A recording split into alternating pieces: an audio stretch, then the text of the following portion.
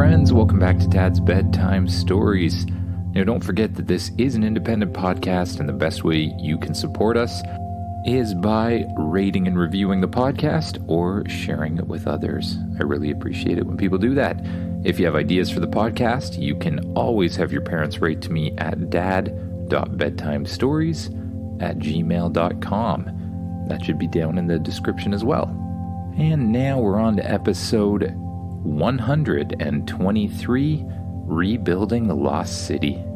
Just remember that last time you traveled back to the lost planet of Atlantis and were able to discover the lost city of Atlantis while you were there. So just close your eyes, get as comfy as you can in your bed, and imagine yourself doing what the kid in the story does. You wake up in an unfamiliar place. You look around the room, and you remember that you're in a huge apartment in a building directly in the center of the city of Atlantis. Oh yeah, you say. I wonder if I can get anything to eat around here. You walk around the apartment to check out the different areas, and you come to one that looks sort of like a stove. The stove suddenly turns on, and holographic displays shoot out from it. At first you can't read the displays, but slowly they start to shift and turn and translate themselves into English. Whoa. You read all of the options and you realize that it's some sort of menu. And there's tons of stuff that you like to eat on the menu. You pick out one of your favorite breakfasts, and a light glows in front of you, and slowly the breakfast you chose materializes. How do they have Earth food? This is really neat. You sit down at a table and slowly eat the breakfast. It tastes exactly like you wanted it to, almost as if the thing was reading your mind, but that couldn't be the case, could it? Oh well, no need to think of that right now. You put down the meal and you head over to the elevator. It's probably time to explore the city a little more. You've barely seen any parts of it. You just quickly flew through the thing after you entered.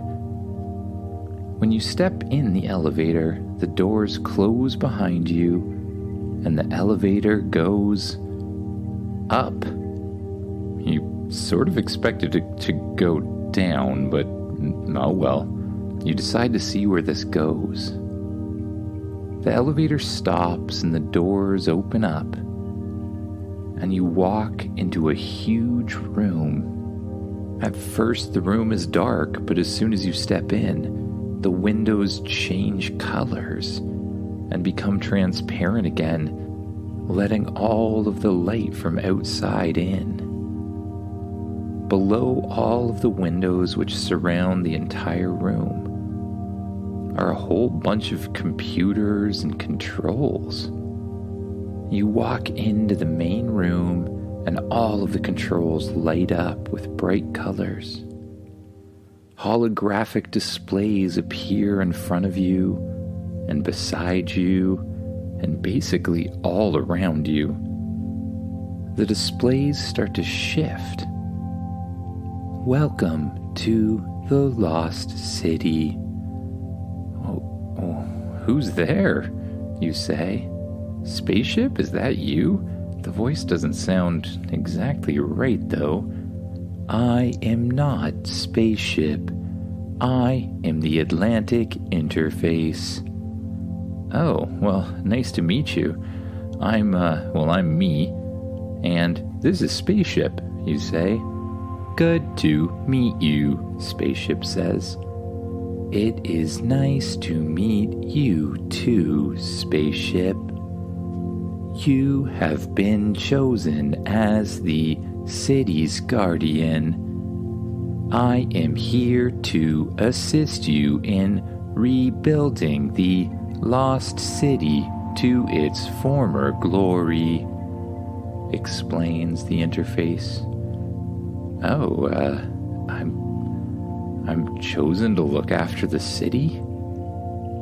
You feel a sense of responsibility and you get a little bit worried. You're not sure you want this much responsibility right now.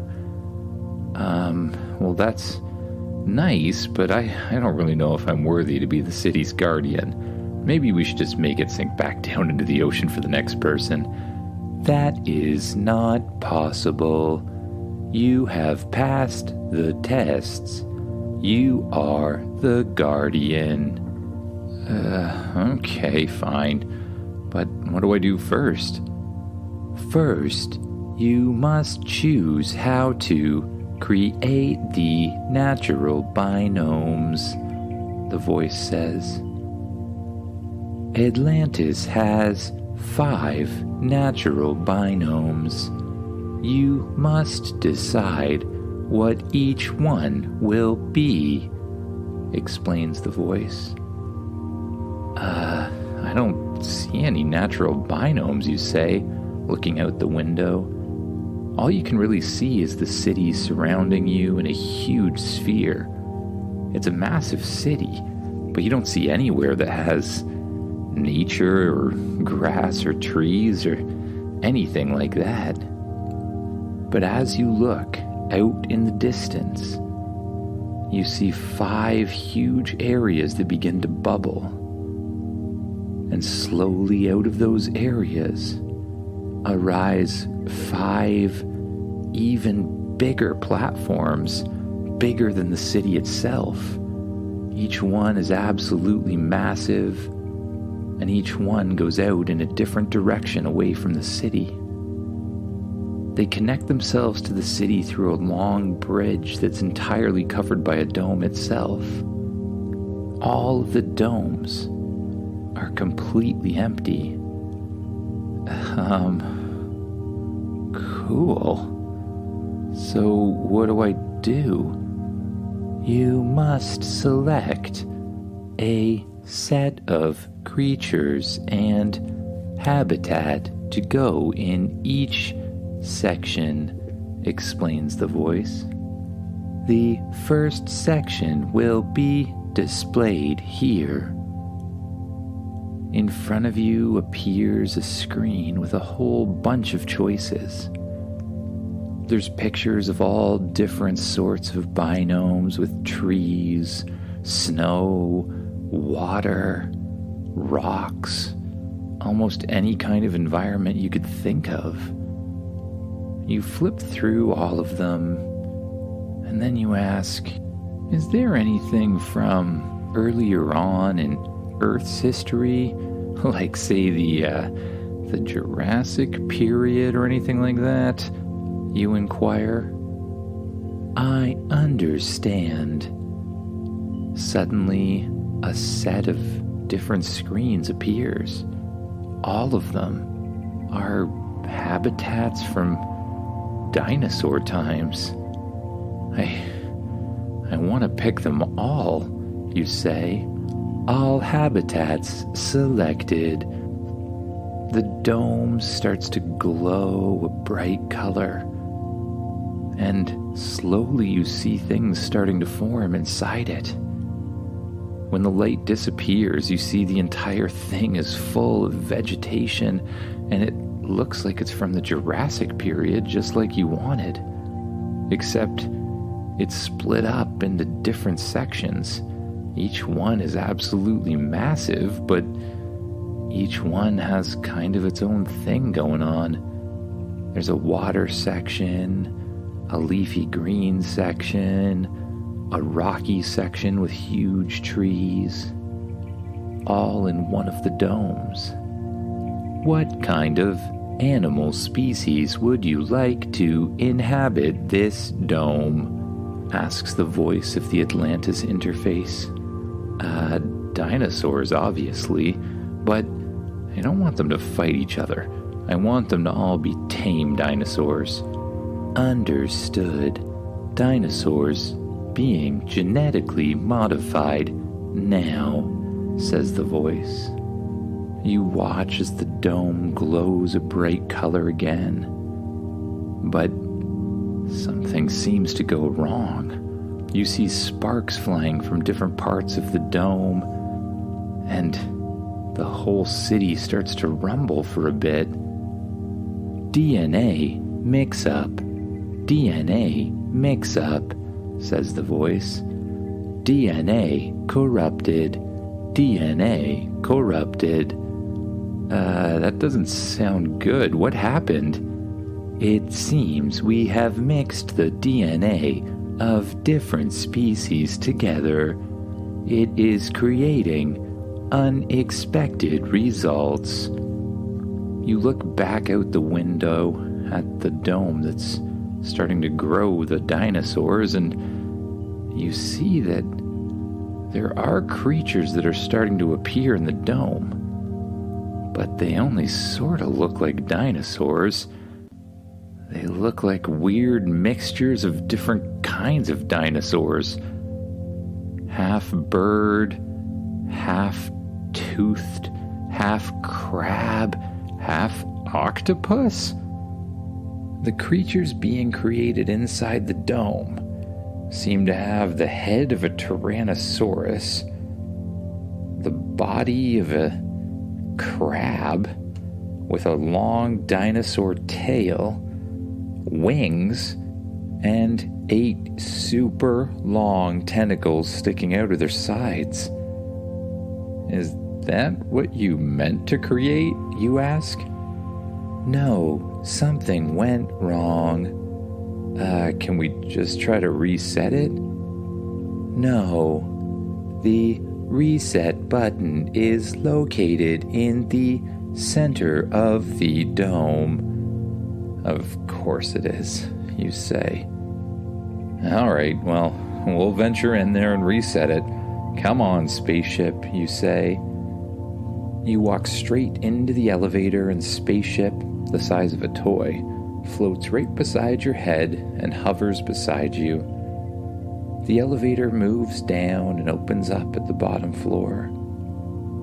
You walk outside the building, and spaceship begins to glow and transforms back into a long hoverboard. You jump on board the long hoverboard, and it floats up into the air and flies through the city of emerald and diamond buildings, all the way to the entrance to the one biodome. As you enter the biodome, you see creatures banging on the other end of it, trying to break through the shield and out into the city.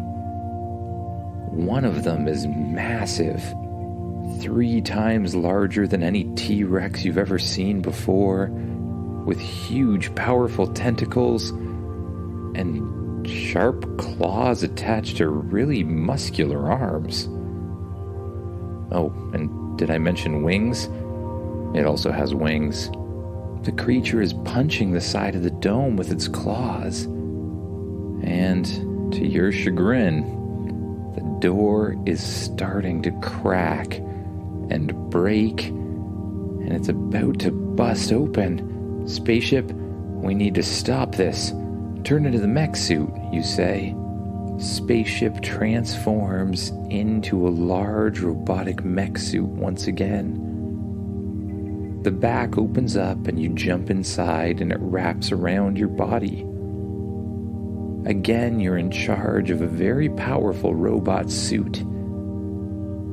Just as you enter it, the door on the other side of the dome breaks, and a huge Tyrannosaurus crab octopus flying thing starts running straight at you. Well, not really running, it more kind of uses its tentacles to pull itself forward while it glides on its wings. It's super strange. As it passes you trying to head for the city, you duck down as low as you can and use all of your power to jump up as high as you can. You fly up in the air, and you punch the dinosaur octopus right in the stomach. Nothing really happens. I mean, this thing is absolutely massive. You fall back down to the ground, but the big difference is it notices you. It quickly spins around and pulls itself down to the level that you're standing on, stares in your face, and roars a powerful roar. You can feel the heat of its breath and the terrible smell as it passes by you. Spaceship, we might need a better plan. Do you have any control collars or anything on you? Unfortunately, I do not, Spaceship says. What? Why? I don't know, Spaceship answers. Alright, well, start printing one now just in case we need it later. Understood. In the meantime, we'll need some sort of different plan. How about rope? Do you have rope? Yes, I have rope. Okay, get the thrusters ready. Spaceship gets the thrusters ready, and a small piece of rope pops out of your left robot hand. The dinosaur octopus shoots a tentacle towards you, and as it does, you step to the side, loop around the tentacle with a rope, and tie it in a knot very quickly. With the one tentacle in your grasp, you begin to fly up in the air. You lead the tentacle up and around the creature, around its head, around its arms, trying to get it as tangled as you possibly can. Then you pull it as tight as you possibly can. The creature comes at you with one of its other arms, and again you step to the side, grab it with another piece of rope, and begin flying it in the opposite direction around the octopus, tangling it up as much as you possibly can once again. You land on the ground in front of it, and it looks pretty silly now, half tied up with two of its own tentacles. This time it jumps at you with its mouth open. Thinking quickly, you pull a bow staff out of the back of the robot, a long metal stick. Right as the huge dinosaur opens its jaw as large as it can and jumps forward to bite you, you jam the stick between its two jaws quickly, holding them open. The creature looks very frustrated, shaking its head, trying to get the stick out of its mouth, but luckily you've trapped it well enough for now. While it's distracted, you begin wrapping up its other tentacles. You grab onto one, spin it around its legs, its arm, its head, and tightening it, then another, and another, and another, and another, until all you're left with is an octopus dinosaur that's all tangled up in a huge ball, with a bow staff keeping its jaws open. It doesn't look particularly happy, but at least it's taken care of for now. You jump forward using the thrusters from the mech suit and fly directly into the habitat. You break through trees easily, flying to the center of the habitat as quickly as you can. You see a couple other octopus dinosaur creatures, but you just try to avoid them, heading straight for the center of the dome. Eventually you see a post at the center of the dome that must be marking the reset button. You fly right up beside it, and Spaceship lands with its back to the post. The back of Spaceship's mech suit body opens up, and you step out of it and turn around. Behind you, on the side of the post, you find a little control panel. You begin pressing all of the different buttons until something pops up that says, Reset Area. You press the reset button and a siren starts to go off. There's a loud beeping sound, and you decide it might be better to get out of here. You jump back in the mech suit, which automatically closes behind you, and immediately take to the air, blasting forward as fast as you can with the thrusters on spaceship. You easily blast out of the dome, into the hallway, and back into the main part of the city. You turn around, and you watch as the dome lights up a huge and bright color. You have to turn your eyes away because it's so blinding. When the light dissipates, you look back, and you see a normal dinosaur habitat. There's dinosaurs spread through all areas of this place, and it looks like the perfect jungle. Mixed, of course, with an air and water habitat as well, just to keep all the dinos happy. You watch as Tyrannosaurus Rexes walk next to other dinosaurs they'd never be with. They just seem friendly, and each one of them has a built-in saddle. You didn't even expect that part. Huh, well, we'll have to have more fun in there tomorrow, I guess. I'm getting kinda tired. Mech suit fighting always takes it out of me. Spaceship transforms around your body, back into a hoverboard, then you step on top of it. It floats up in the air, through the city, and back towards the central tower. You enter the doors at the base of the tower and walk into the elevator once more. As if it knows where you're planning to go, the elevator zooms up to the same place you slept the night before, and the doors open up. You walk into the empty apartment, over to the bed, and you climb inside once again. Somebody seems to have made it while you were gone, leaving the sheets just perfectly crisp. You pull them up over your body and you close your eyes. You take long, slow, and deep breaths and notice anywhere you're holding tension. Each time you find some, you let the tension melt away, allowing yourself to sink down deeper and deeper into the bed. And with each breath, you let out a little more tension and sink down just a little more until it feels like you're sleeping on a cloud. You close your eyes and just allow yourself to drift away to dreams of new adventures to come. Good night, everyone.